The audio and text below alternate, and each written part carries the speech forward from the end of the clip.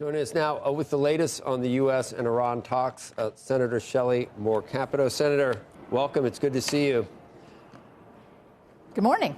We're still kicking around exactly what happened yesterday, exactly what happened over the weekend. I'm looking at the New York Times headline. This word comes up a lot, and it's claim.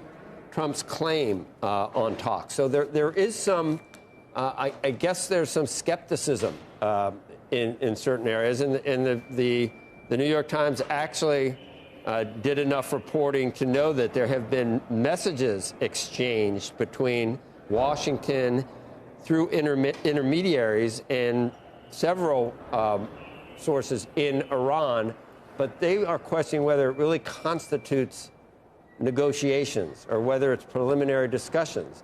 When we talked to the president yesterday, he intimated that they were serious discussions with, I think, Witkoff, Jared Kushner, and I guess it's been identified in hindsight, the leader of the Iranian parliament. Do you know factually what happened and how we should view this? Are these negotiations in earnest, and are they progressing for the move we saw in the markets yesterday?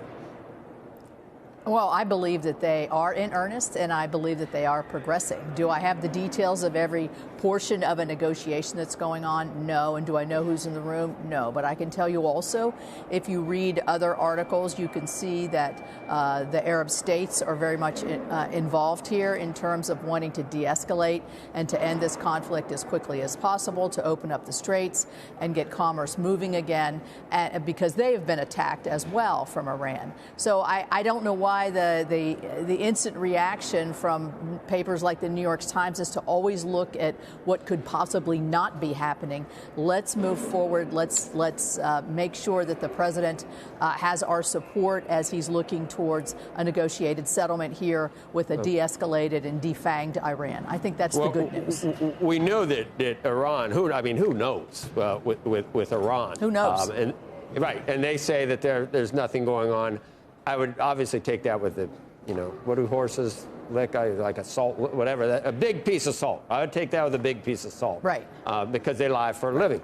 But the president also knows how to negotiate and knows how to send signals that he could be sending. Who knows why? Maybe he's planning something this weekend. There's more assets arriving there.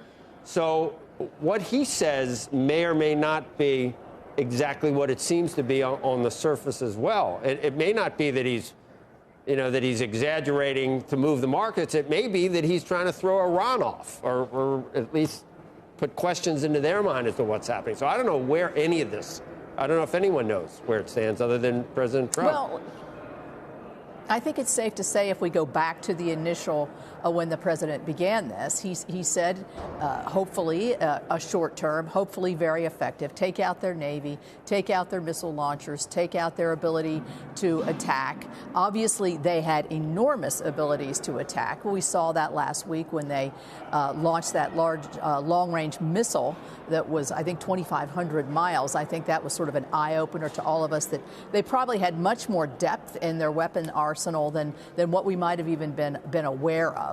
And so the president said, once we reach these milestones and we see effectively that we have, as I said, defanged and de-escalated what Iran's possibilities are, we're going to start looking for a negotiated settlement. I think he perceives that's where we are right now. Are we already there? I say we're sort of in the middle, going down towards the other side. That could be the hopeful part of me, but I also think the fact that we have partnerships, we see the head of NATO making positive statements here. I just think the signals are from the president and others that they're sitting down at the table. Senator Capito, you laid out the Yes. initiatives that the president talked about very broadly at the beginning, which is to wipe out the Navy and the missile capabilities. Yesterday, when he was speaking at a press conference or with a gaggle of reporters, he suggested there are other things that they'd be interested in, too. Obviously, reopening the Strait of Hormuz immediately. He also laid out, though, the idea of getting back the enriched uranium and making sure we track that down. I think he called it nuclear dust at one point. Are those issues that, along with the potential for regime change, which when he spoke with Joe yesterday, he said it looks like there is regime change based on how many people are gone from that leadership. What do you see as the final must-have list in terms of a negotiation for us to look at this and say this was absolutely successful?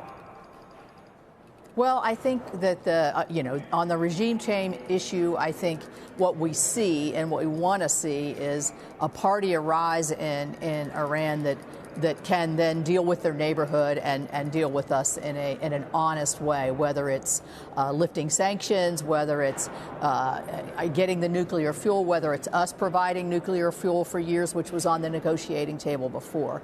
I think in terms of going after their enriched uranium, my understanding is of their nuclear fuel, that is a very, very difficult and it's buried very deep, hard to find. That could be a more involved operation that I'm not sure we're ready to embark on, although I'm not privy to what the decision making is on that at this point.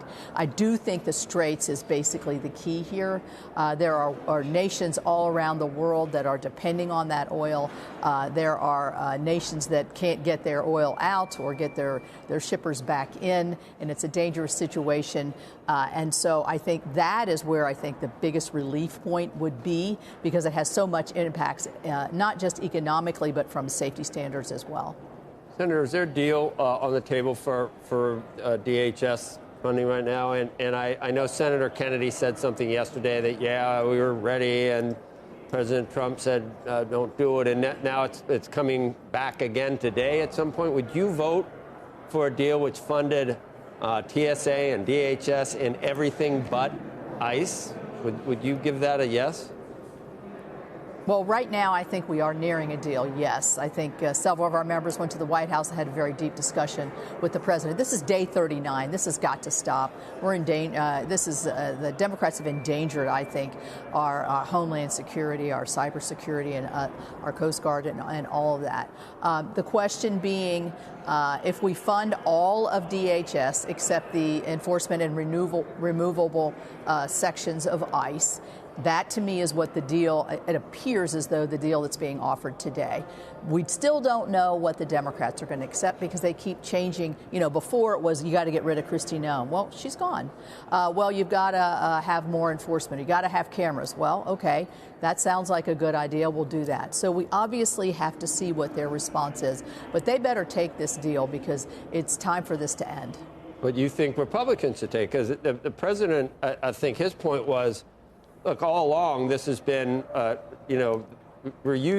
Democrats are using TSA, using DHS, using that as leverage to get what they wanted. That, maybe it should have been negotiated in some different way for immigration. I don't know how you do immigration reform, but they put this in this in the country in this position. The president said, this is like rewarding them and giving them what they want, then they'll do it again. Well, we got to remember that the ICE functions were funded. We forward funded those for 3 years last summer. So the ICE folks are still getting paid. The enforcement and removal folks are still being paid here, and their functions are still going on. We can still do that. We may come back with a reconciliation package, and that may be part of what the discussion was with the president last night, and I know that to be a fact. To go ahead and to break this logjam, to be willing to remove that small part of ICE, which is already funded, which is already going to go forward, just to get the Democrats to the table. But it's yet to be seen whether they're actually going to come. They can drag us along 39 days.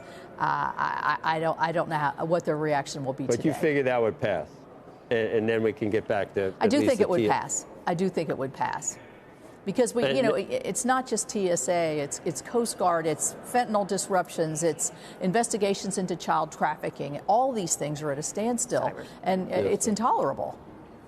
I just saw another poll out, and it goes to every demographic, and they add it all up, and it came to 80% think there should be IDs if you're going to vote, and it's still not going to happen. Do you see any path forward for Majority Leader Thune at this point? You can't get rid of you don't want to get rid of the filibuster anyway, do you? Would you vote for that?